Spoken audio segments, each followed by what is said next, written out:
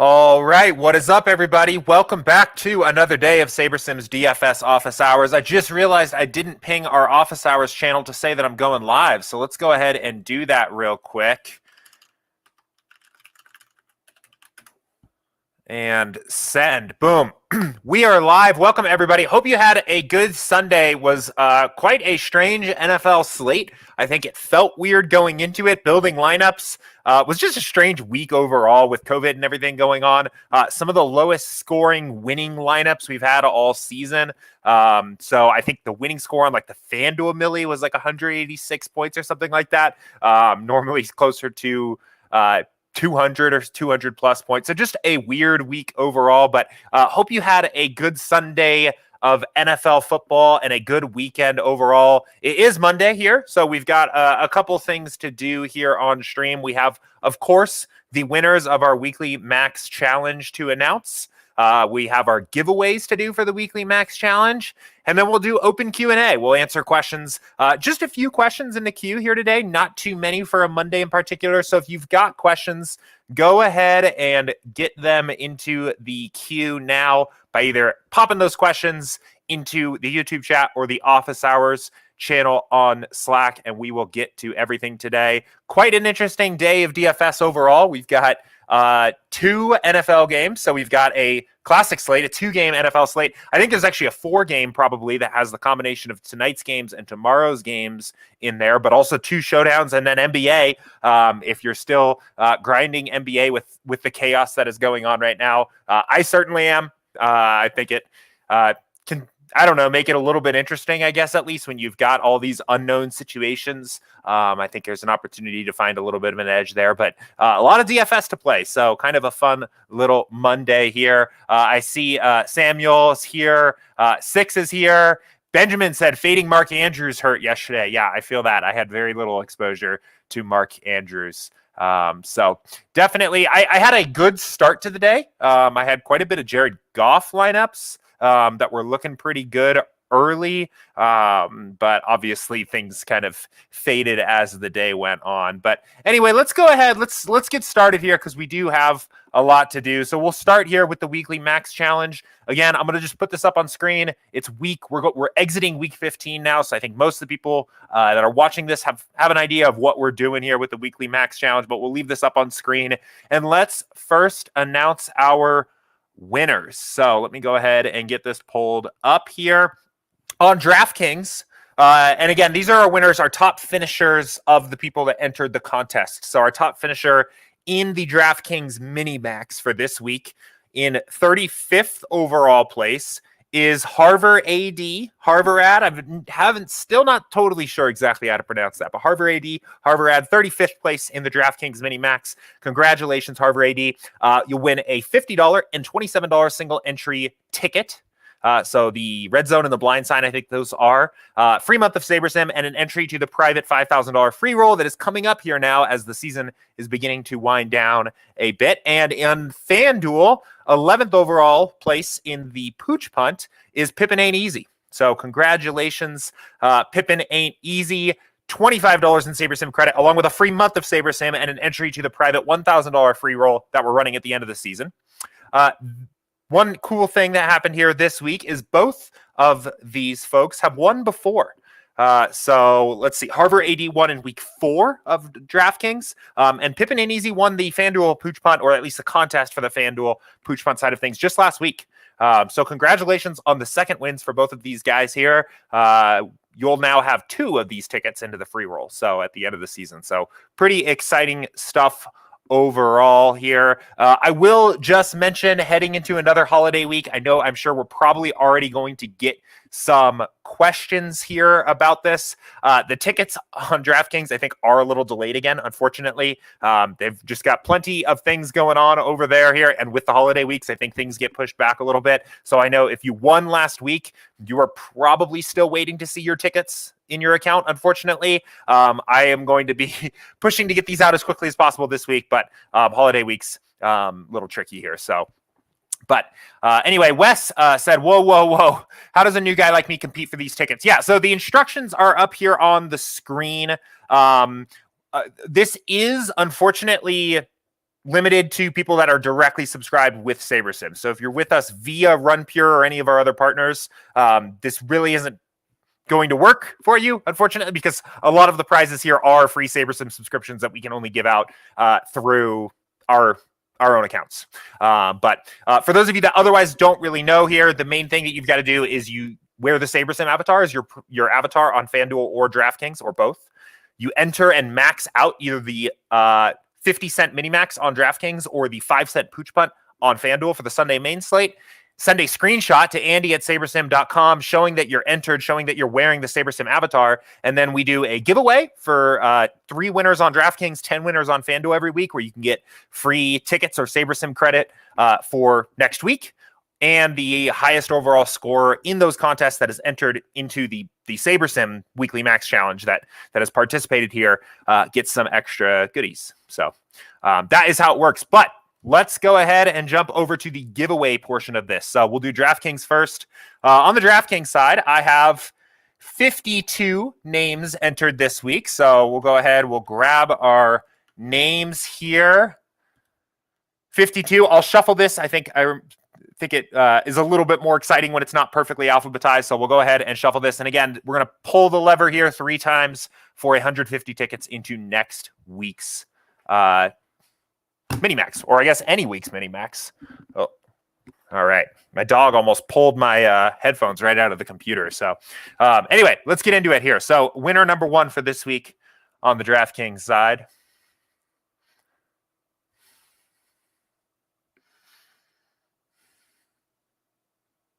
is Rusty Trombone. Rusty Trombone, congratulations. 150 tickets into next week's. Well, I keep saying next week's. 150 tickets into the Minimax. They're not really assigned to a particular week, so you can use them whenever you want. I think you can actually use them to other contests as well, if you so choose. They're just 50-cent tickets. But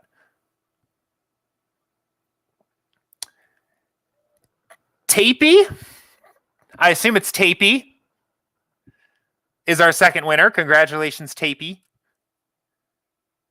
And our third winner here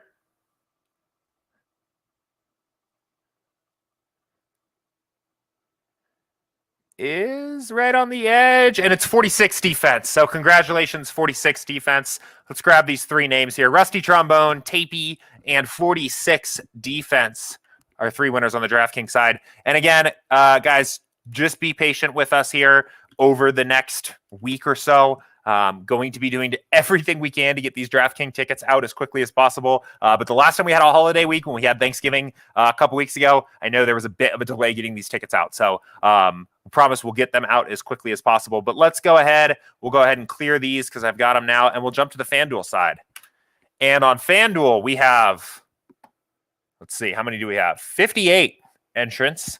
And we'll be picking 10. So you've got a pretty decent shot at this here. On the FanDuel side, of course, playing for $7.50 in SaberSim credit is the value of the pooch punt tickets. We won't be giving out the actual tickets themselves, but crediting $7.50 to your SaberSim account for the value of your pooch punt contest entries here. So we do have something fun in the holiday spirit going on this week. We have, we'll keep the user anonymous, but we have an anonymous user who has won 2 of these FanDuel giveaways so far this season. So he has $15 in SaberSim credit won, and he wanted to pay it forward here.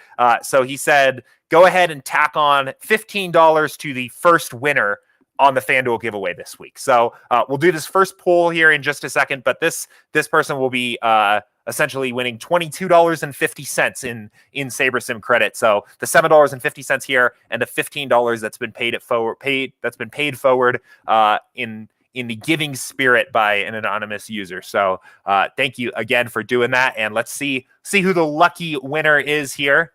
$22.50 in SaberSim credit.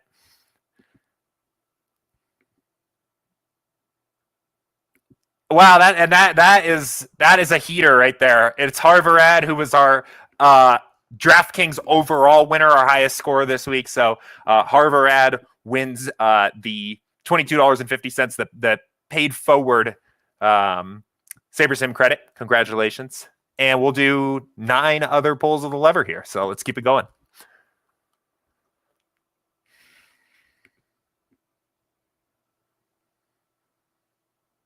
Ooh, right on the edge. J115, J115.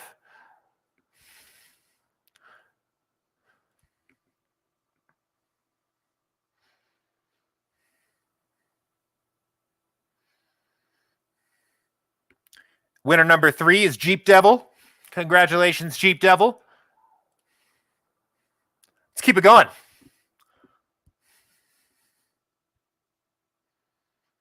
Number 4, T Swift 98. Congratulations, T Swift.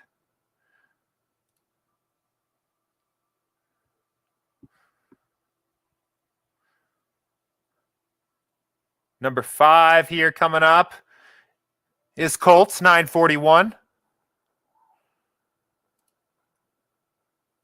Number 6.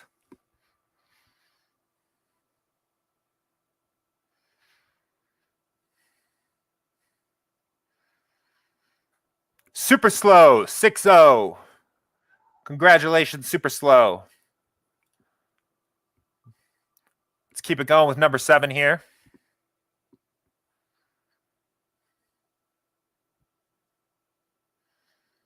And it's Cusp Love.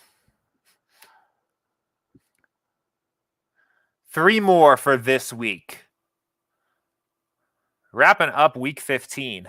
It's crazy. Goes fast. NFL always feels like it just goes so fast on you. Oh, wow, that was close. Wear and Tear 1014. Right on the edge. I feel like this thing is programmed to intentionally make it more likely to end up right on the edge just for the excitement. I've done this now for 15 weeks here. I have a feeling that's the case, but let's do number 9 here.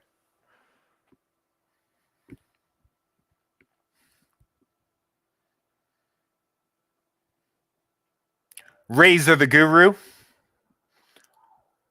And our last winner for the weekly max challenge for this week is going to be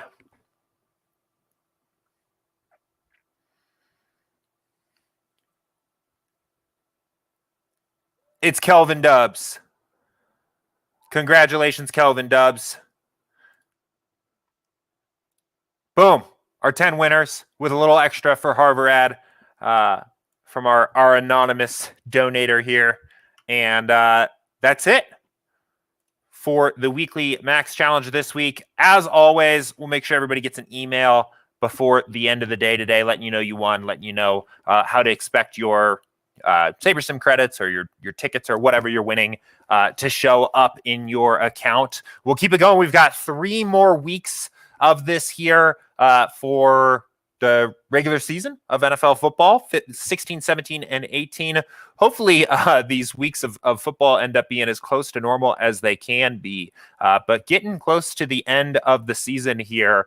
Anyway, we'll go ahead and leave it at that for the weekly max challenge, but we'll jump into open Q&A.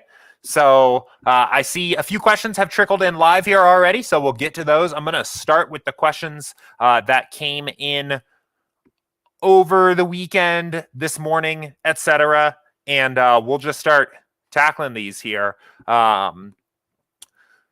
So let's see. I'm actually going to start with this one. This is a quick one here. This came in actually on Friday afternoon, and I think this is a pretty quick one to just knock out real quick. But Andrew asked this. He said, does every build that runs have to finish? If a build starts, then 3 more start of the same game. Do we expect to see 4 complete builds? I assume this is sims, right? Not builds. These are sims in the lineup alerts channel. And then it says, and should we wait until the 4th or adjustment small in spurt builds like the example above? Yeah, so you'll see this sometimes. You'll see, especially when news changes or something breaks, like 3 or 4 sims will all kick off at the same time, and then typically they'll all complete at the same time. I would say in general, yes, like if a sim starts, it should complete. If it doesn't, it might mean that something is stuck. I don't know. I'm not necessarily like positive if it's a fact that every sim that runs must complete.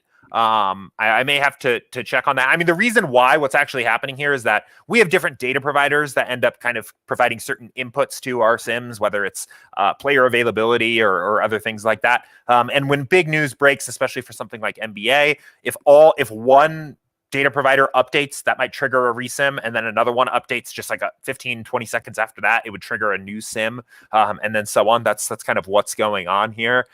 In general, I think what you'll typically see is that like the first sim that actually completes of that group will reflect 90% of the changes that are going to take place there, and you may see like a little bit of dialing in on the subsequent sims from there.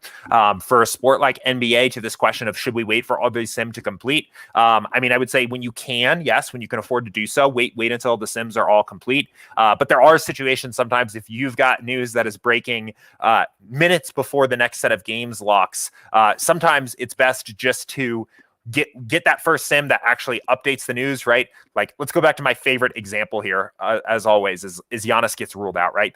5 minutes before the Bucks play. The first sim may knock Giannis out, bump Holiday and Middleton if he's playing, and all the other guys and things like that. And then from there, just a little bit of fine tuning of the projections. Well, everybody in the world that's playing DFS, right, is dealing with the same time crunch there. So if you need to just use that first sim that updates everything and gets things pretty close, I would say go for it. If you have time to wait for the sims to finish, then do that. But in general, yeah, I mean, that's why the sims are running. That's why multiple sims will be running. And I think you're best served by letting them complete. But good question there. Let's keep it going here and get to our next question here. This came in from Neil. This came in during the Sunday main slate yesterday. And it's about late swap. Neil said, NFL late swap strategy question. We've talked in the past about turning down ownership fade and sim variance sliders if there's big news or if you're doing really well. But if you're off to a bad start after the noon games, does it make sense to crank up any or all of the correlation, ownership fade, and sim variance sliders to 10 when late swapping? I'd probably leave correlation alone just since it's going to have a really big impact on your roster construction. I don't think if a lineup is doing poorly, the answer to making that lineup maybe win back some min cash equity is by making it more correlated or making it have like a QB +4 stack instead of a QB +2. This goes for NBA too. I don't really touch the correlation slider that much, even if the lineups are under or overperforming their expectation. I do think you can definitely justify increasing sim variance and increasing ownership fade if you need to make up a lot of ground, if your lineups are really struggling after the morning games. Especially in a sport like in NBA, the one thing I'm always careful of is you want to make sure that you have a good sense of whether or not a lineup is actually struggling or not, right? Like if you're heavily invested into the late games on an NBA slate, your lineups are going to appear like they're not doing very well, right? What it looks like you're winning back halfway through the slate isn't going to look very good. But if you're very invested into the late games, then that's just because your players haven't played yet. So it doesn't make sense necessarily to get less chalky at that point. If your players just haven't played. But in NFL, because most of the games are in the early window, a lot of times after those early games, you have a pretty good sense of how those lineups are doing. If it looks like you're struggling, if it looks like you're not doing that well, I do think it makes sense to turn up the ownership fade, the sim variance sliders a bit, at least, to try to get off some of the chalkier plays, try to get onto some lower owned plays and put yourself in a position where you can win back some min cash equity, and maybe have some lineups that can jump, and you save maybe like a 10% of your entry fees back day into a break even.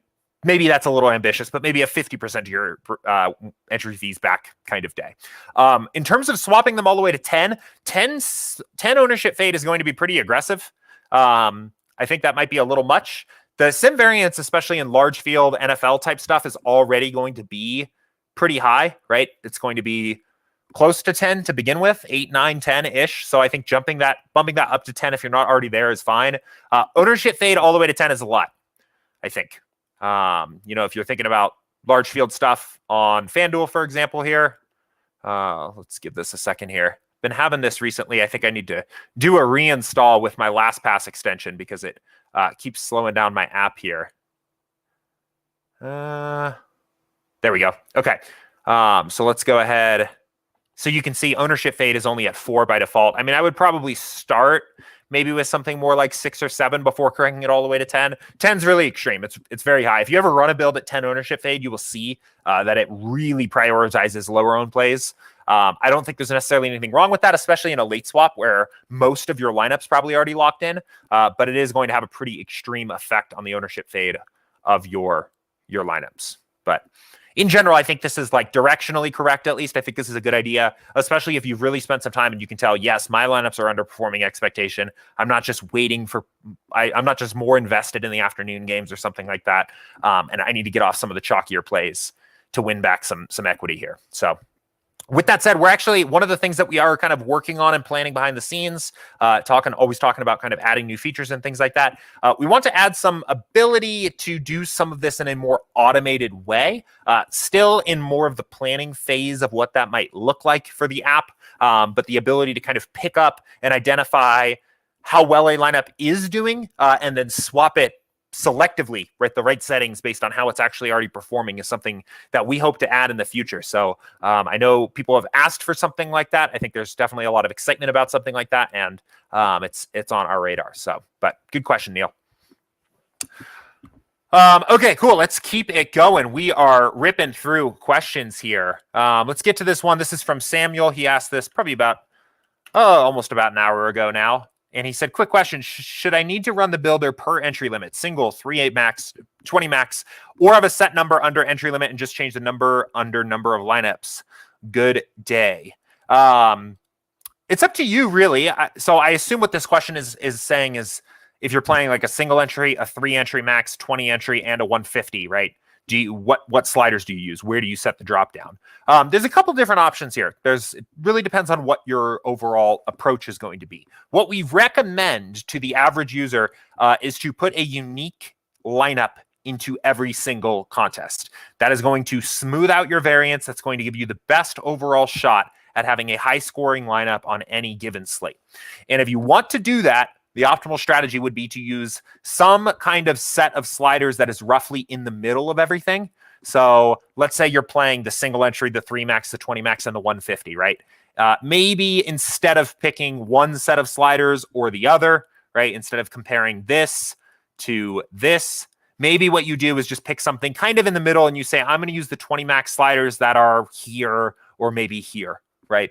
Another alternative would be to say something like, I'm okay playing a little more aggressively in my single entries, and I'm going to use sliders that are set up for the 150 maxes, right? This ownership fade is going to be higher. The sim variance is going to be higher than it otherwise would have been for your single entry and 3 maxes, but I'm okay with that. That's typically what I like to do.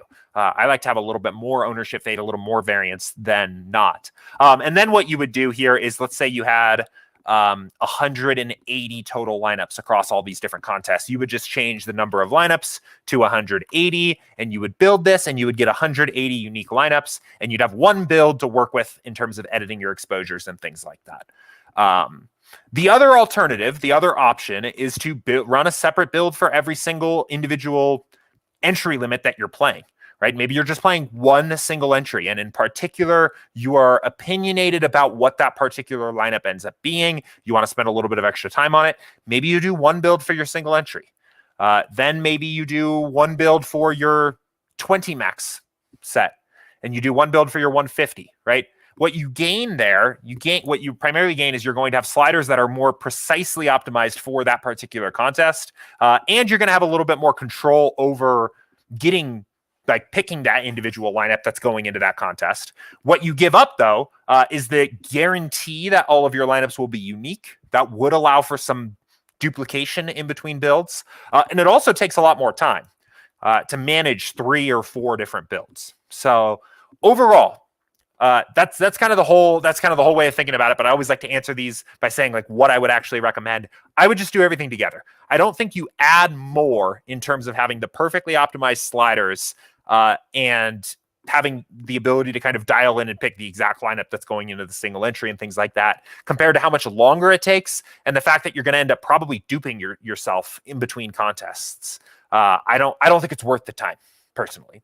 I like to pick a set of sliders that's roughly in between everything and maybe lean on the higher side just because that's the way I like to play it, and do everything all in one build.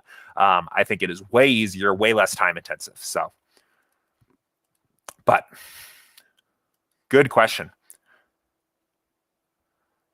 Cool. Okay, so this came in from Kobe here, and we'll get an opportunity to do our first kind of build of the day here. Kobe said, "Can you show us how you either use exposures or boost projections to get the players you want?" Yeah, I'd be happy to. Let's start. We'll do exposures first here. Let's go ahead and hop over to NBA. Actually, you know what? Let's do NBA. Let's do NBA because the NBA build will go a little bit faster.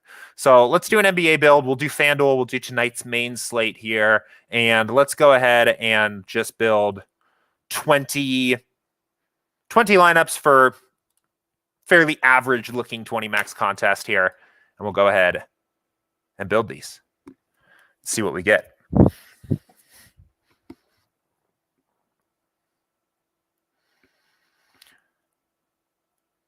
All right. So I like to think about editing exposures really as kind of fitting into two different categories here. I think there's really two reasons, I guess, why you would want to edit exposures. The first is to manage your risk and make sure that you are taking an appropriate risk assessment that you think is appropriate for the slate, right? So first of all, when you set the default sliders for a particular contest, what determines how much exposure you're getting to any one player and how many players are showing up in your pool in total is mostly the sim variance slider, right? So the sim variance slider is set at 7 here for this contest, and that's what's kind of controlling how much of a certain player we're getting. If the sim variance slider was higher, we'd get probably a wider player pool. We'd get less exposure to any individual player. And if it was lower, we'd have a more concentrated player pool. This is a baseline of what we think is appropriate for the contest, but it's not going to be appropriate for every single player, right? If you have the approach that you like to, especially for something like 20 lineups, that you want to have a pretty tight core, right? You want to have like a group of 3 or 4 guys that are your guys and you're rotating the rest of the lineup around it. That's great. That would mean you were getting more risky, right? On the flip side, you might look at this and say, man, 95% exposure to DeRozan and Buddy Hield. I don't want 19 of my lineups to be tied to one individual player. That's too much risk. And you might want to drop those. So if you wanted to do that, let's say you wanted to play less risky, I think one of the things that you can do is just drop your overall maximum exposure to any one player, right? So that your lineups are much more spread out than they were by default, right? So now at worst, if any of your top exposed players has a bad night, they're only taking 70% of your lineups down, right? You have 30% of your lineups remaining to maybe win back some of those entry fees or still have the opportunity to top 1% lineup. If you like to have the approach of kind of playing a core and playing a little bit more risky, right? You can do that as well. You can say, you know what? I just want to be all in on DeMar DeRozan, Buddy Hield, Tobias Harris, and maybe even Alex Caruso, right? Let's do one more, right? So I'm all in on these guys. So that's not so much strategic. That's not about finding leverage. That's purely about what is your individual risk tolerance? What's your risk portfolio for a given slate? How risky are you willing to be? And that's just an individual amount. That's an individual question to answer, right? So Wes here says, for example, how much exposure is too much for a core? Right. That again is going to depend a little bit on your overall risk tolerance. You can see here, by default, right, with the default settings, there's really no core of 100% exposure to any one player, right? Every individual player that you add to your core and include in 100% of your lineups is going to make you riskier, but it's also going to give you a little bit more upside when you hit on that particular core, right? So, for example, you could say your core could be just DeRozan and Hield, right? It could also be Tobias Harris, Alex Caruso, and Harrison Barnes. Well, no, I guess in this case, you don't have enough lineups to do that. But you could have a core of 4 here, right? And you're basically going all in on 4 players and rotating the other guys around it. If you are right on these 4 guys, you're going to have 20 shots to build the nuts lineup, basically. But this isn't so much the important thing here is this is about diversification in your lineups and is less about the strategy, right? We're not intentionally, at least for the purposes of this conversation, we're not trying to get leverage on the field or anything like that, right? This is purely just about diversification. So that brings me kind of to my second point here is that the second way to think about exposures is from the standpoint of leverage, right? If you like a player, you can stand to gain more than the average lineup in your contest by being over the field on that player. And vice versa, if you don't like a player, right? If you don't think a player is going to have a good game, right? Your lineups can stand to gain more when that player fails by being under the field or completely fading that player. And if you want to just be neutral, right? If you don't have a stance on a player overall, right? You can be even with the field. And what that means is that when that player succeeds or fails, you have the same percentage of your lineups as the average lineup does in a contest of having that player, right? So I like to think if you're kind of new to editing exposures, I like to break things out into 3 different buckets.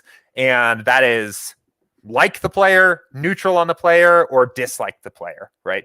And you don't need to do this for every single player in the entire pool, right? I like to think of maybe go look and try to find a few different individual players that you think are kind of important to the slate, that are core to the slate, right? Maybe they're some of the highest projected players. Maybe they are the highest projected owned players. Maybe they are the highest players that you are getting in your exposures by default. But to pick a few players that for one reason or another that you kind of want to make a decision on, or maybe you just have an intuitive feel, or you've done some research, or you've listened to some other sharp player and these players are on their lists, right? And break them into those buckets and then use the ownership projections as a guide to determine what to do with those particular players. And if you like them, go 2x the field. If you're neutral, go even with the field. And if you don't like the player, if you want to fade, go half the field.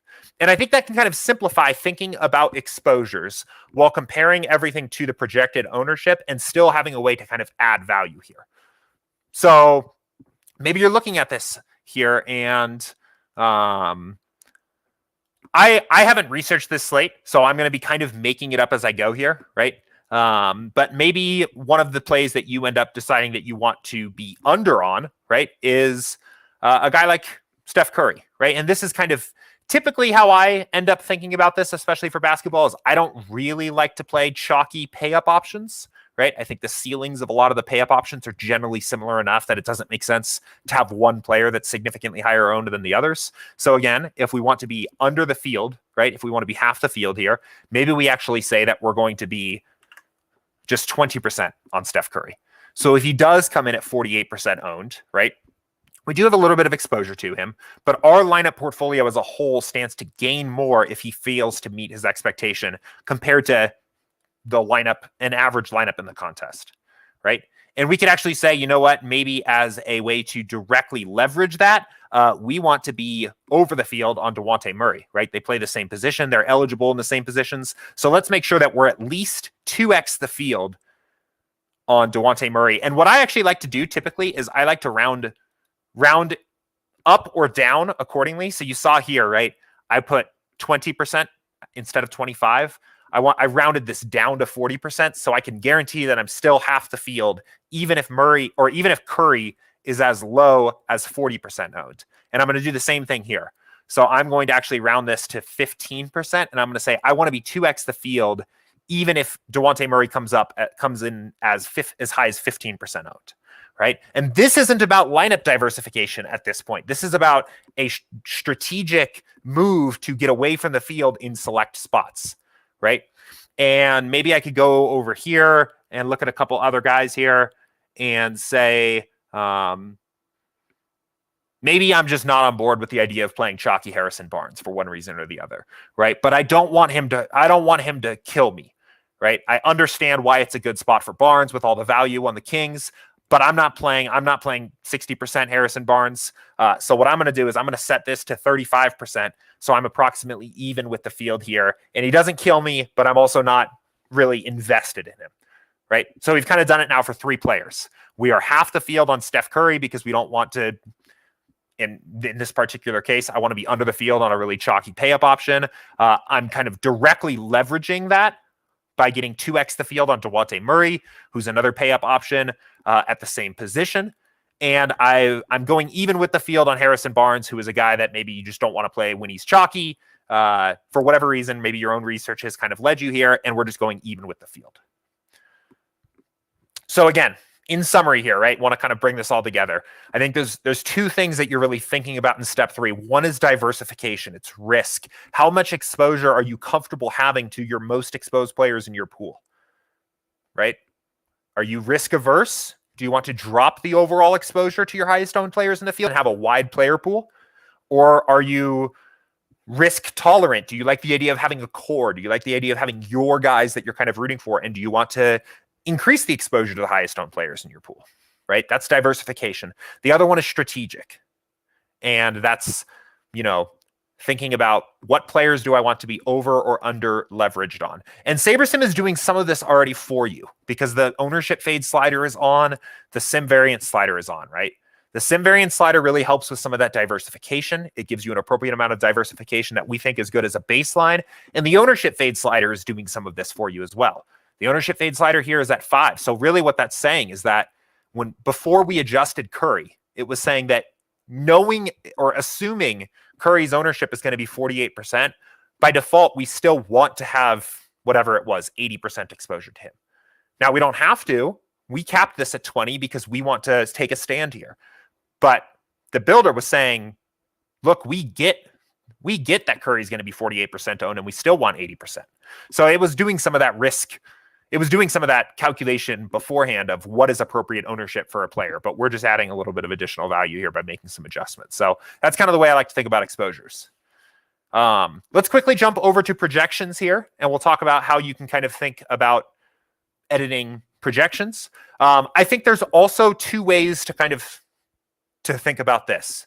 So similar to the exposures, I think one and probably the most obvious thing about the projections is to look at this from the standpoint of, trying to be more accurate, right? Trying to dial things in here for the point of accuracy, right? And maybe you're looking at the Bulls. I want to find a team that's maybe when you're looking for places to add value to projections, one of the best spots that I recommend is going to situations where there's unpredictability, right? Where there's kind of a murky situation because of injury or maybe because of COVID or whatever, right? You don't need to, same way we set it for exposures, you don't need to update projections for every single player in the pool.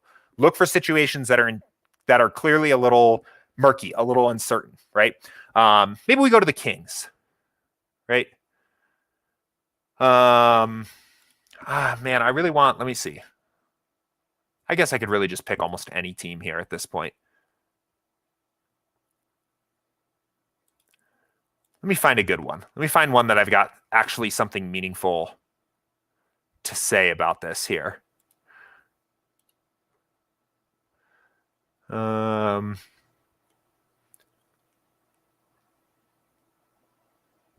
Let's see.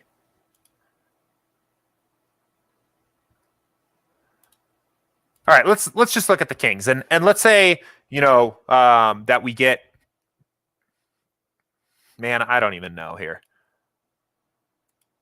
We'll just make something up. Let's say that there's unpredictability in the Kings rotation because of COVID or injuries or things like that, and a coach's quote maybe comes out that maybe someone like Tristan Thompson is going to play more minutes than he's been playing recently or something like that, right?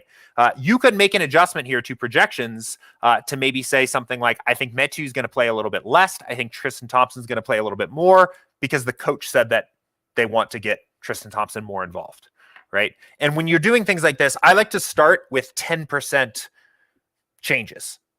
That's the way I like to approach it. So similarly, I think in the name of simplifying editing projections, don't worry so much about trying to get this exactly dialed in. When you want to bump a player, think about this in terms of 10% bumps. If you want to drop a player down, think about it in terms of 10% drops. I think that's a really good starting point. So maybe a 10% bump for Tristan Thompson is bumping this up to like 23 points. And maybe you think that those minutes are going to come from Metu's minutes here. So maybe you're bumping this down, right? And maybe you're doing this for a handful of teams on the slate, right? Just paying attention to the news as the day's going by, as the slate's going by, keeping an eye on coach quotes and things like that. Looking around on social media, whatever.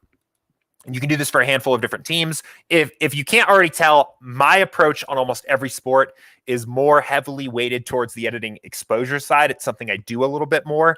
If you are interested in watching a process from somebody that does spend a lot more time dialing in projections, I would watch this video that Max put out. It's in our NBA course on our YouTube channel here, all the way at the end. Well, second to last, how to beat daily fantasy basketball like an NBA DFS pro. Max's NBA process in particular is very focused on editing projections. I would go watch that. And he's got definitely a little bit more exciting things to say about how to think about editing projections and how he goes about it, studying rotations and injury news and things like that to add value here. But I'll keep going here and kind of wrap this question up. So the other way to think about editing projections, and I don't think people really do this very often or think about this, but you can edit projections to kind of play a game theory approach the same way we do for exposures, right? If you think,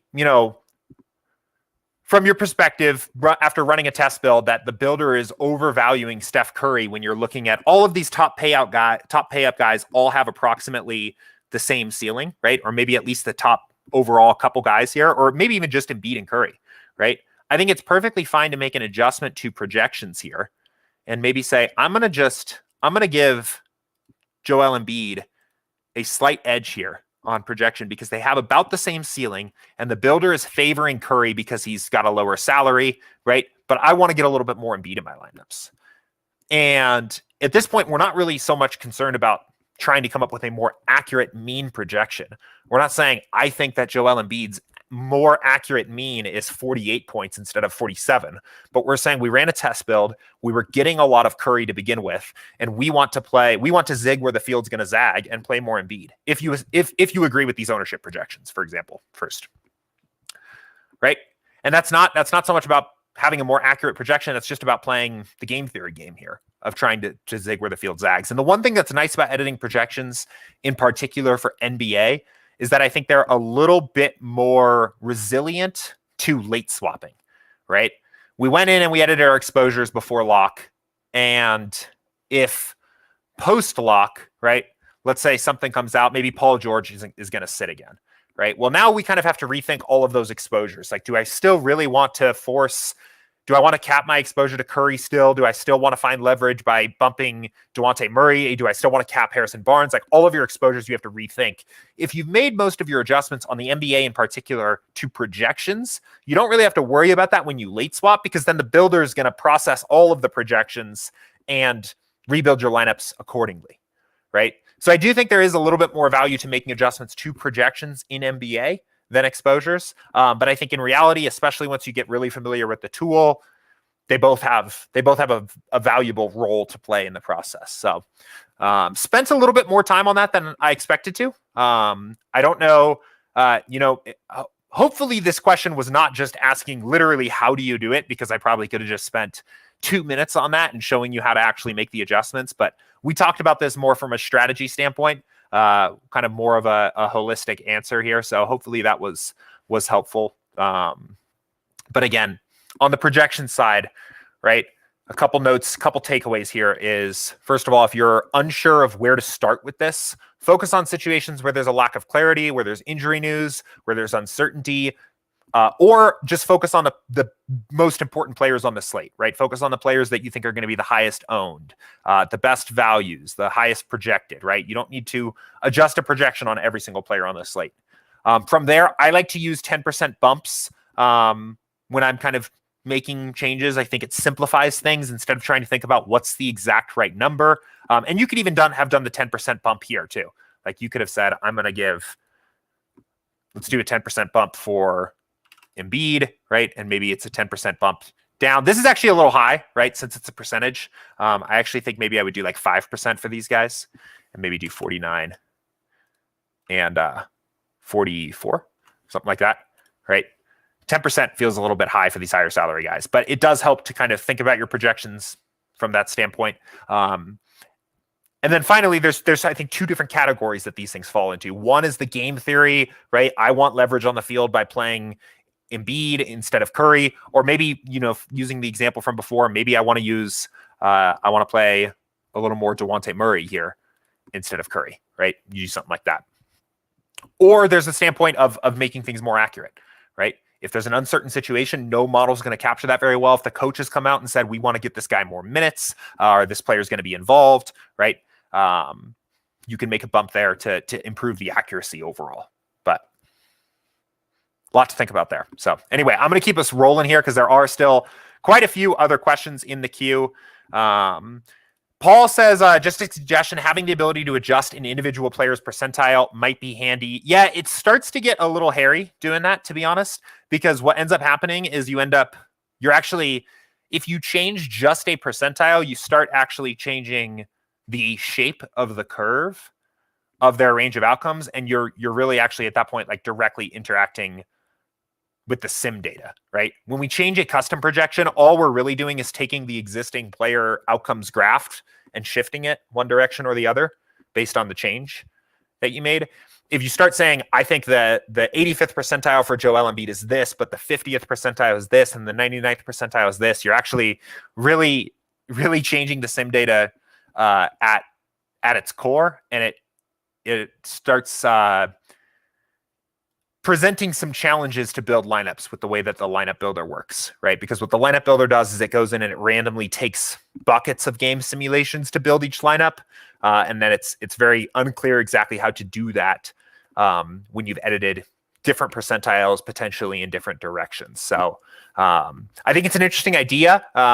I can see how it would potentially be valuable, especially, if we're talking about trying to find an edge in editing these projections here. But it is kind of a technically complicated project for us if we wanted to go that route. So, but good suggestion.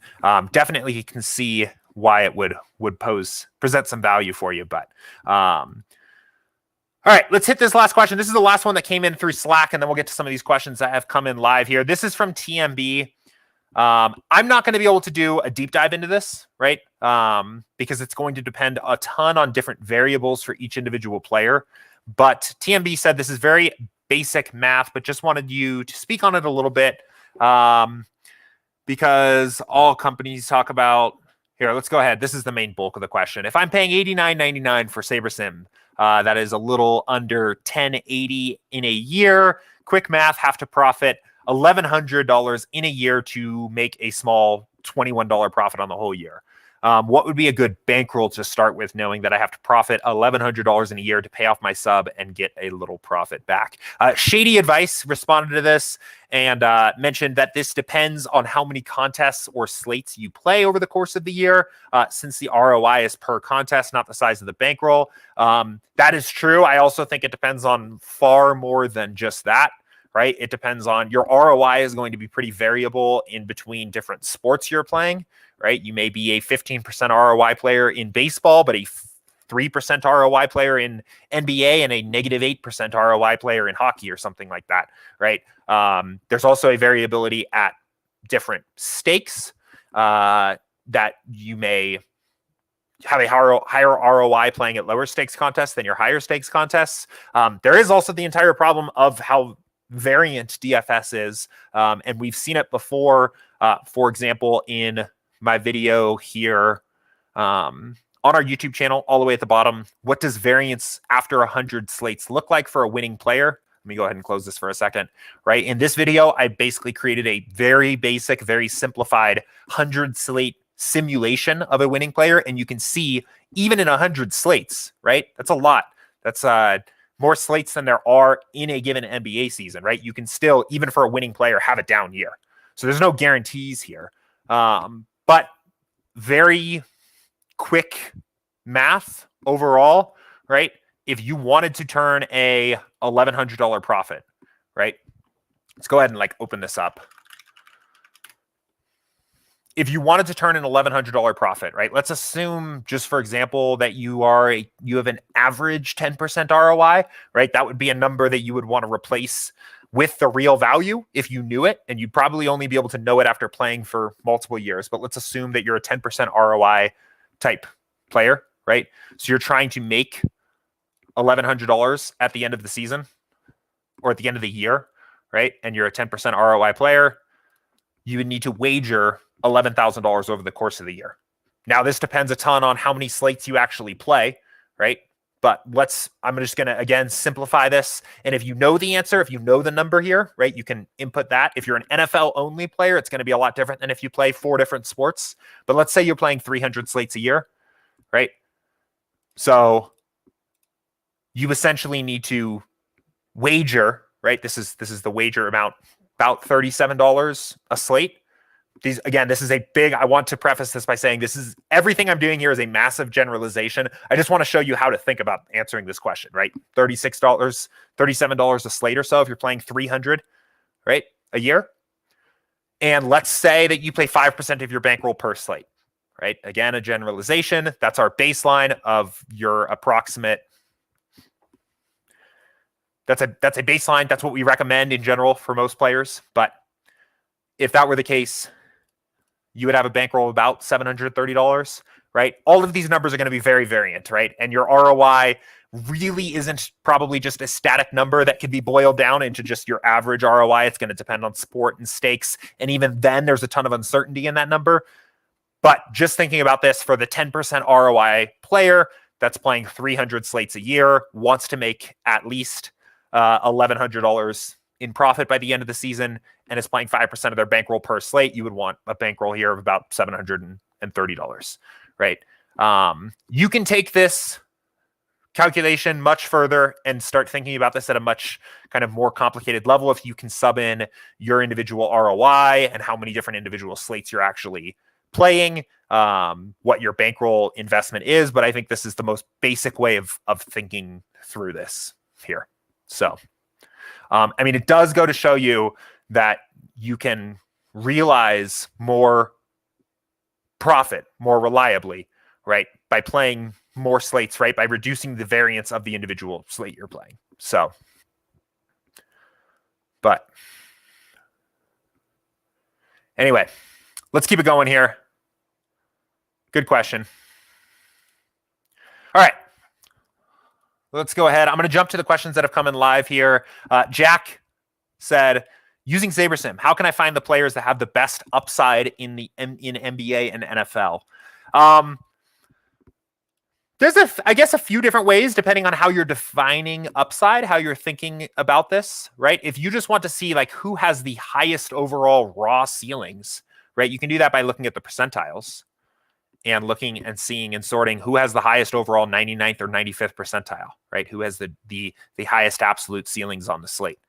For a sport like NBA that actually doesn't even barely change anything, right? Because players are pretty normally distributed. The players that have the highest overall ceilings are often the players that also have the highest overall average projections. If you flip over to NFL, and especially if we go back like yesterday to the main slate, you will see a little bit more of a difference there, right? So if you sort here and look, especially if we start looking at like just the flex players and remove the quarterbacks, right? There's actually quite a bit of difference between who's the best overall average projected players and who are the best overall players that have the highest ceiling, right? So from that standpoint of upside, I think that could be a decent way of looking at it. There is, of course, more that goes into DFS than just the average or raw scoring potential, who has the highest overall ceiling, right? That doesn't take into account ownership. That doesn't take into account that doesn't take into account salary. That doesn't take into account how well players actually fit into a lineup, right? One of my favorite ways overall to determine which players have the highest percent chance of like being in the winning lineup or being in the optimal lineup is to run a research build. And in a research build, what you do is you'll turn the sliders down to 0, 0, and 10. And this is basically a tool that I think Max was the one that told me about doing this. But I really like to basically answer this question, like show me who are the best overall plays on the slate, at least according to SaberSim projections, in a way that takes into account how much it costs to roster a player and how many other options are available at the position, right? A player that is well projected at the running back position is going to show up in less lineups if there's a lot of other good running backs. So this will kind of show you a way of visualizing what the best plays are or the highest upside plays are on the slate by looking at individual lineups. So you can build this as big as 1,500, but I like to use a 500 lineup build. Or actually, no, that's not true. Sorry. You can make this as high as 1,500. For now, I'm going to just do 500 because it's quicker. I always do this as a 1,500 lineup build when I'm doing it on my own. I don't know why I said that. Came out the wrong way, but we'll do just 500 lineups for now. And what we're basically going to see out of this is just 500 different simulations of the way the slate could have played out yesterday and what the optimal lineup was in that set of sims, right? Show me 500 different ways the whole NFL slate could play out and build the optimal lineup. That's what we're telling the builder to do. And this can be a really good way to visualize how often players are showing up in the optimal lineup. What positions is there a concentration of maybe just a few players that are showing up more likely to be optimal? Is there a lot of different QBs that have a chance of being optimal, for example? How does the percent of lineups where this player shows up in the optimal compare to their ownership projection, right? I think that can be an interesting tool also to determine this. So I think this is one of the better tools or the ways to use SaberSim to determine the best overall plays that I have heard of or seen, at least in the app, right? And the more you increase the number of lineups here, the more variance you're going to get, the more data points you're going to get. But I think this can be a really good way of determining what the best overall plays are. So, if you wanted to see like what are the highest upside QBs, well, you can actually kind of see and visualize here. Well, you have Josh Allen and Kyler Murray right at the top, and then this drop before the next set of QBs, right? And then we have Aaron Rodgers and Dak Prescott, who are kind of grouped here also, and then another kind of big drop, right? And then we get into this next tier of QBs here in terms of how often they're showing up in that winning lineup. So, I think that can be a really powerful tool overall. The other thing, and this is kind of the last note I'll mention on this particular question, is that you can actually just kind of run regular builds, right? Builds at default settings and actually get a meaningful statement about upside here that you won't get with a traditional optimizer, right? If you go into a traditional optimizer and just say, build me 20 lineups for the NFL slate, all it's going to do is build you the best 20 cash optimals. But when you build with SaberSim, you're actually getting lineups that include some natural variance, consider ownership, and also consider correlation. And you can especially look at this building 20 lineups or something like that, and then looking at your full pool of 500. And if you're seeing certain players, right? Let me put it this way. The first thing we looked at was percentiles, which is basically not caring about salary at all, not caring about positional eligibility, right? Just what are the highest raw scoring players on the slate. Then we looked at optimal lineups for individual slate simulations, which was not caring about correlation, not caring about ownership, but just what is the optimal lineup for 500 slate sims. This option here of running like a test build now is considering correlation, how correlated players are to one another, their raw upside, right, that happens in the individual sims, and also their ownership percentages, their ownership projections. And you can do the same thing here to kind of say, what does SaberSim think the best overall DFS plays are on the slate, right? So we can see here now, for example, this QB list, for example, has changed, right? It thinks of the first 500 lineups for FanDuel for a 20 max 10 to 50K. The best overall QB play is probably Josh Allen, then followed by Aaron Rodgers and Dak Prescott. When we start thinking about correlation and ownership, Kyler Murray actually drops down, right? The builder's basically saying if we can get Josh Allen at 16% ownership, we're going to prefer to play him instead of and 8,700, right? We're going to play him instead of Kyler Murray at 8,800 and 18% ownership, right? That's kind of what has basically happened here, at least for this particular set of game sims. So all of this to say, there's a lot of different ways to determine who are the best upside plays or the best overall plays on the slate. You can look at percentiles, you can look at raw projections, you can run research builds to look at how often a player is showing up in optimal lineups, or you can just run test builds to just see what players are showing up. And that's all within the app, right? That's all within SaberSim. There's obviously plenty you can do with your own individual research of digging around to try to find your own particular upside plays. But SaberSim is not just a lineup optimizer. It's not just a builder, right? It can actually really help you along the way of doing your own individual research. So I'll pick up this other question here. This is also from Jack here. He said, what's the quickest or easiest way to find how many dupes there will be in a tournament by using the lineup total ownership instead of multiplying each position by the amount of entries? Honestly, okay. So I think the most basic calculation you can use to determine how likely a lineup is to be duplicated. Let's actually go over to let's go to NFL Showdown first for tonight, or for this afternoon, really, because I think that's a little bit more interesting from the standpoint of looking at duplication here.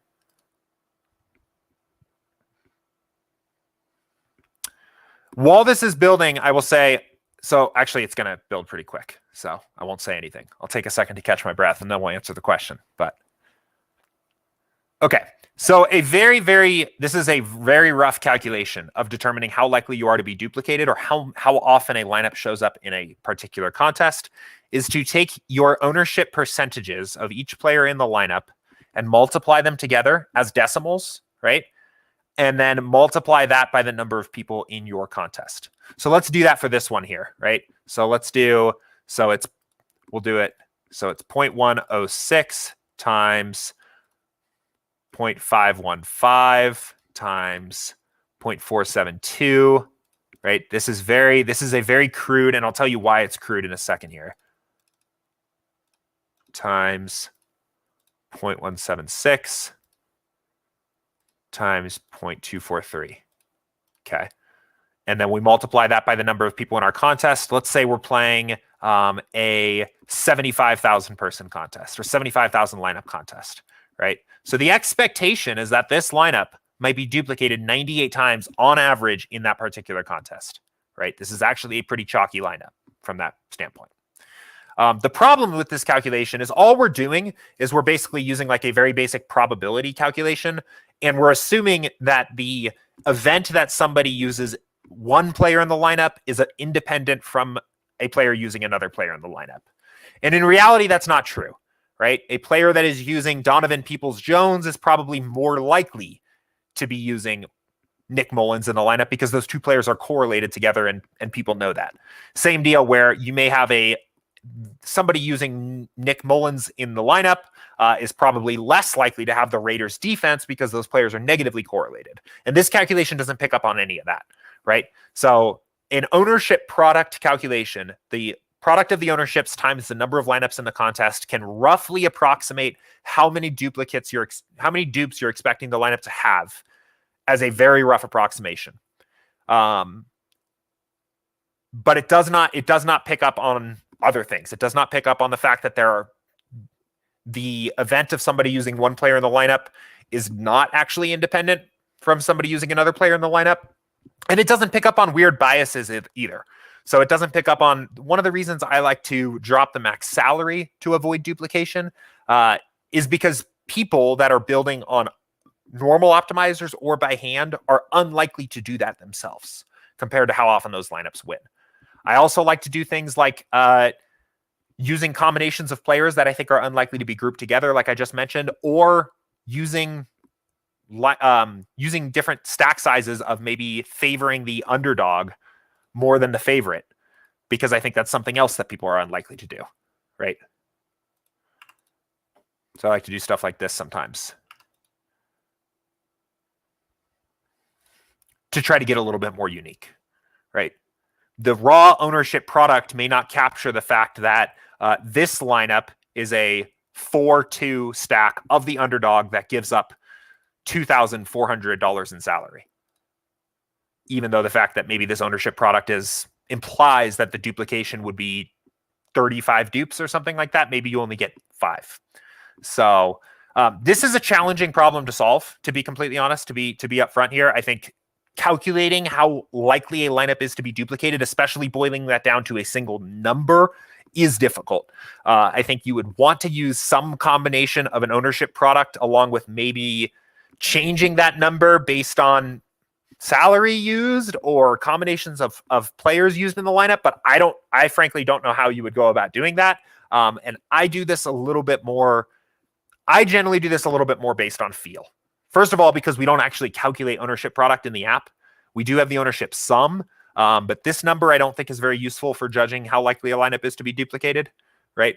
We don't have ownership product in the app, and I think it's hard to take into all these other factors. So I more like to come at it from the standpoint of looking for lineups that have combinations of particularly lower owned players, right? Because if you're looking at, let's find a good one. If you're looking at a lineup like this, right? You don't even have to do the math. You can just know because of how multiplication rules work that this lineup's ownership product is likely to be quite a bit lower than even other lineups that maybe have an ownership sum of 127%, right? Because they have this low-owned combination of players. I like to do things like leaving salary on the table because I know that's going to mean that lineup has a lower chance of being duplicated.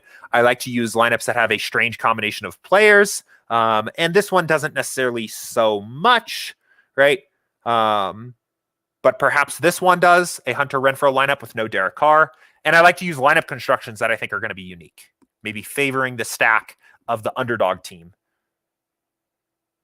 Or in a game with a close total, only building lineups that have a 5-1 stack. Or in games with a big spread, only building balanced builds, things like that. Those are ways that I like to get different in NFL Showdown, which I think is probably the sport and contest type where it is most important to get different. MMA is probably a close second. It's probably the other sport that, at least the one other sport that is in season that I think focusing on duplication is another really big important factor. But that's the way I like to approach it.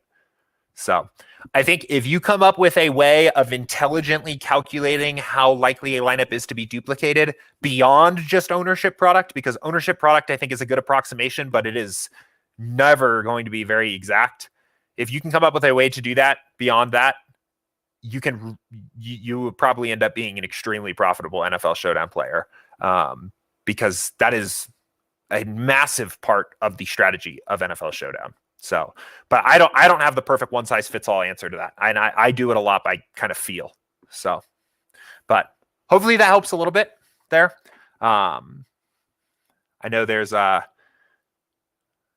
don't know. I know there's maybe a little bit more left to be desired, but it's a hard problem to solve there. So,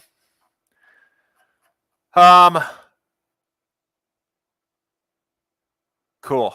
Let's keep it going here. I'm just rolling through questions that have come in live here on stream. Wes said, if you're playing GBP and already trimming your player pool and exposure, then how much ownership fade is too much? Referring to the sliders when building. Yesterday I used 4, which created popular but not too chalky and did pretty well. Yeah, I would in general probably recommend just leaving the sliders alone most of the time. I think using a default value is fine. It's not going to dramatically, this isn't the highest value add part of the process. If you told me you were taking extremely aggressive stands with editing projections or curating a player pool to fade the most highest owned plays on the slate already, I think then you could justify turning down the ownership fade slider a bit to counteract that. But I think for the average use case of using SaberSim and curating a player pool a bit and maybe making some general adjustments to projections like we were talking about before, just leave ownership fade where it is, right? All it is going to do is it's going to help kind of make sure that when we group the sims and we're building each individual lineup, that all things being equal, if we have 2 players that have a very similar projection, that will use the player that's lower owned. So I wouldn't sweat too much about where your sliders are at. We've done a lot of backtesting work to put them into what we feel are the optimal positions for your contest. So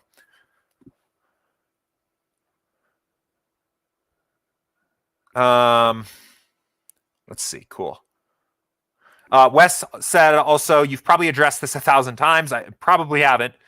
Can you explain the simulation slider? I noticed yesterday when building it was set at 10 and have no clue if that's custom or way too high. Yeah. So this is probably, I'm not even exaggerating, probably the most important thing to have a understanding of when using SaberSim out of everything on the entire site, right? Once you understand this, I think a lot becomes clearer about what's actually happening here. So it starts, first of all, the thing that you have to understand first is that our projections are not just an average projection that comes out of a calculator that just gets spit out, right? It is the average outcome. It is the arithmetic mean, the average outcome of that player across all of the individual game sims we have for that player's game. So we simulate every game on the slate, play by play, thousands of times, right? And when we say that Kyler Murray's projection is 23.36, we are saying that if you take the sum of every fantasy point he scores in all of the sims divided by the total number of sims, this is the number that comes out, right? This is his average. That's the definition of an average, right? But this number is really just a way of visualizing and comparing players to one another, right? This number isn't actually used by the sim, by the builder, unless you're just building cash lineups, right? What is actually used is the individual simulations themselves. So what the sim variance slider does is the higher this slider is, the smaller the random bucket of game sims that we're using to determine the projections for each player when we build each lineup, the smaller that bucket is, right? So at 10, it's easiest seen on the extremes, I think. At 10, that is a single game simulation for every game on the slate is building each lineup. So in this case, let's say these were your sliders, right? And we're building 500 lineups total. So the first lineup is going to be built. We're going to pick one random game sim from every game on the slate, set the players' projections to what they scored in that sim, and then build the best overall lineup we can around it while taking into account ownership and correlation and obviously the positional and salary constraints and things like that, right? And then when we move on to the next lineup, we're going to take a different random game sim of every game on the slate and do that again. And we're going to do that 500 times. As this slider comes down, the size of that bucket of game sims for each lineup gets bigger, which means we take into account what happens on average a little bit more, right? So imagine this, right? You're determining one individual game sim. You might get a lineup where Kyler Murray only scores 8 points. Well, Kyler Murray's probably not going to show up in that individual lineup, right? So you're going to have a different QB. But let's say your sim variance is at 3. And in that case, you get a relatively large sized bucket overall of Kyler Murray, of the Cardinals and Lions games. And that game where Kyler Murray only scores 8 points is still actually in that bucket, but it also has a bunch of sims from over here. And on average, in that overall bucket, Kyler Murray's average point scoring is 28 points, and he's the highest scoring QB. Well, in that case, he's probably going to get used in the lineup, right? So the ultimate practical impact of what happens here is the higher your sim variance slider is, the more upside your lineups are probably going to have, the more diversified your lineups are likely to be. And I guess those are probably the two big factors. The higher upside and the higher diversity your lineups are going to have. In terms of, is it okay to build at 10, especially on a sport like football, where contests are going to be huge, right? If you're playing the mini-max or something like that, it's perfectly fine to build lineups at 10 sim variance. In fact, you kind of need to embrace that level of single game simulation variance into your lineups to really have a shot at it. A sim variance level of 7, 6, 5 is going to build you lineups that are far too chalky here for that particular contest.